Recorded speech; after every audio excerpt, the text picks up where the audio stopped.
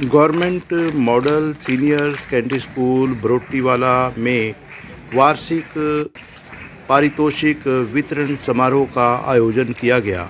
इस कार्यक्रम में हल्का दून हिमाचल प्रदेश विधायक रामकुमार चौधरी जी ने बतौर मुख्य अतिथि भाग लिया।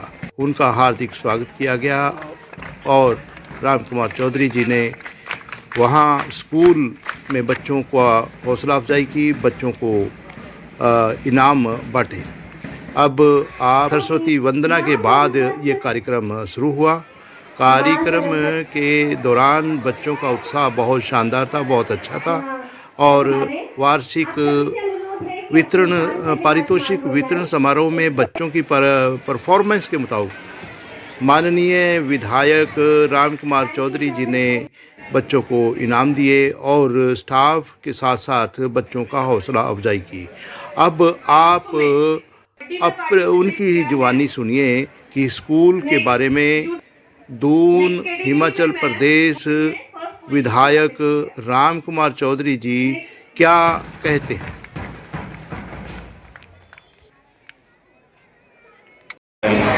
ये दून क्षेत्र का सबसे पहला और सबसे बड़ा स्कूल है जिला सोलन का, और जो हमारा स्टेट्स टाइम का है, ये सीनियर सेकेंडरी स्कूल होता था पहले। अभी हमारे पास करीब 25 स्कूल हैं, जिनमें ये जो स्कूल है इसमें 85 में मैंने मैट्रिकुलेशन किया और आज यहाँ मुख्य अतिथि के रूप में पारितोषिक वितरण समारोह में भाग लिया है। तो इस स्कूल को माननीय मुख्यमंत्री जी के माध्यम से हमने इसको CBSE भी कर दिया है। जो नेक्स्ट एकेडमिक सेशन शुरू होगा इसकी मैं तमाम इलाका वासियों को बधाई दूंगा, और जो बच्चे जिन्होंने यहाँ से इनाम लिया है और उनको मैं बधाई दूंगा, उनके अभिभावकों को, हमारे टीचर्स को, मैडम प्रिंसिपल बबीता परमार जी को। और हमारे एरिया में पूरे क्षेत्र में पूरे भारतवर्ष से जो है वो लोग रहते हैं। जैसे विविधता में एकता की बात है वो यहाँ पाई जाती है। तो लगभग सभी स्टेट्स के लोग यहाँ रहते हैं और बच्चे बहुत इंटेलिजेंट हैं, प्रतिभाशाली हैं। हर एक्टिविटी में जो है बच्चों ने भाग लिया है और हर एक्टिविटी में नेशनल तक हमारे बच्चे खेले हैं। और माननीय मुख्यमंत्री जी स्टेडियम हमें बद्दी में दे के गए हैं, उससे पहले इंडोर स्टेडियम हमारे पास ऑलरेडी है, तो ताकि हमारे बच्चों को अपनी प्रतिभा निखारने का जो है वो मौका मिले। और ऑलरेडी जो है हमारे बच्चे यहाँ से स्टेट, नेशनल और इंटरनेशनल खिलाड़ी जो है हमारे यहाँ से हैं। तो इसका हमें गर्व है कि हमारे बच्चे जो आगे बढ़ रहे हैं।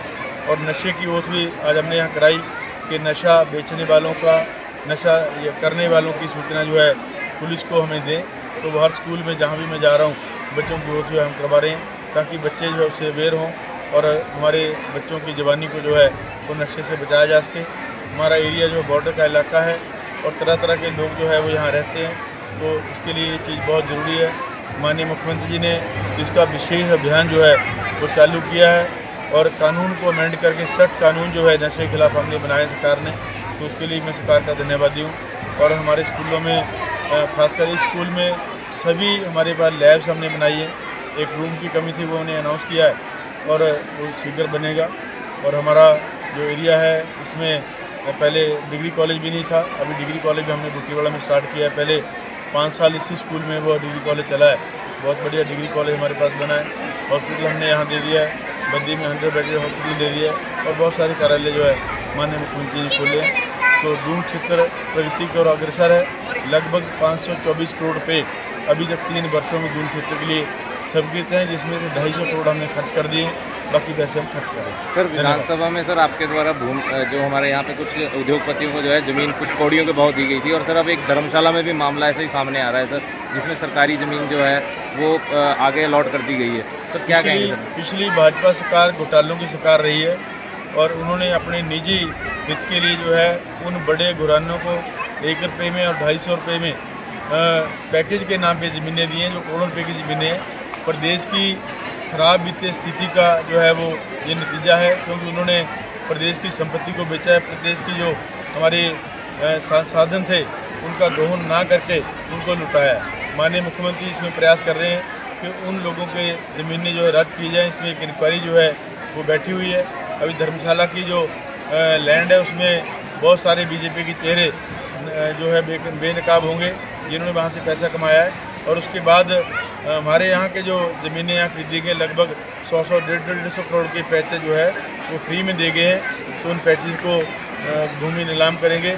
और मैं धन्यवादी हूँ माननीय मुख्यमंत्री जी का कि हमारे बद्दी एरिया में बहुत पुरानी जो हमारी मांग थी, क्योंकि बहुत सारे लोग हमारे चंडीगढ़ और पंचकुला रहते हैं, उसके लिए हिल चंडीगढ़ के नाम से जो है एक बहुत विशाल सिटी हम लोग शहर बसा रहे हैं, ताकि हमें जीएसटी हमें मिले और लोग यहाँ रहें और एरिया का जो है लाभ उठाएं। धन्यवाद। सर, आपको मंत्री शामिल करने के लिए पंचायतों के प्रधान सभी आवाज़ें उठा रहे हैं, अब आगे इसमें क्या है? हाँ, उम्मीद है कि मंत्रिमंडल में हम शामिल होंगे और माननीय मुख्यमंत्री जी भी चाह रहे हैं। और कब रीशफल होता है तो ये केंद्र का और माननीय मुख्यमंत्री का प्रेरोगेटिव है, तो उनकी इच्छा है।